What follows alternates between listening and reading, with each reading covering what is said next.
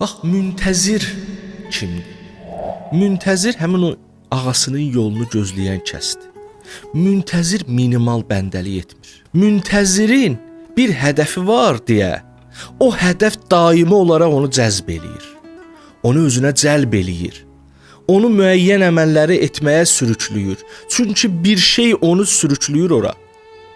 Biri var əql olaraq deyəsən ki, mən arif olacam. Mən arif olacam. Niyə? Çünki ariflikdə çoxlu faydalar var. Mən cənnətin uca-uca yerlərinə getmək istəyirəm. Mən irfan məsləkli olacam. Biri də var ki, əslində sən hansısa bir, belə deyək, mənəvi məqamları niyyət eləmirsən.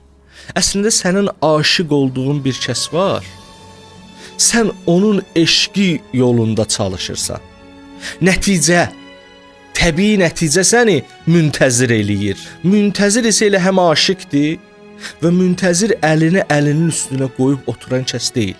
Baxın müntəzirə, ona görə də intizar yolu çox faydalıdır.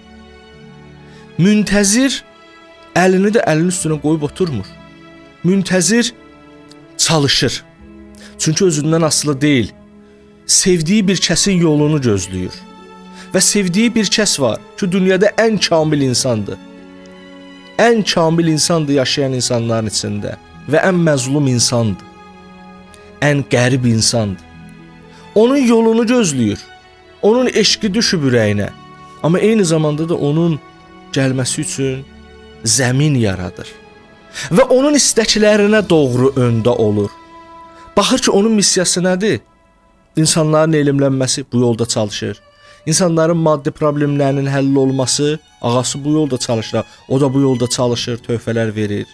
Və elə hey ağasından başqalarına danışır.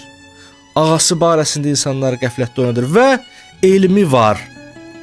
Elmi var, bilir ki, İmam Zamanın zuhuru üçün nə etmək lazımdır. Ağasının zuhuru üçün nə etmək lazımdır və bu yolda ciddi cəhdlə çalışır və o hansısa bir mənəvi məqamı niyyət etmir. O elə ağasının eşqi yolunda alışır, yanır, nəticədə müntəzir olur. Müntəzir olan kəsin də özündən asılı olmadan təbii bir sürükləmələri var.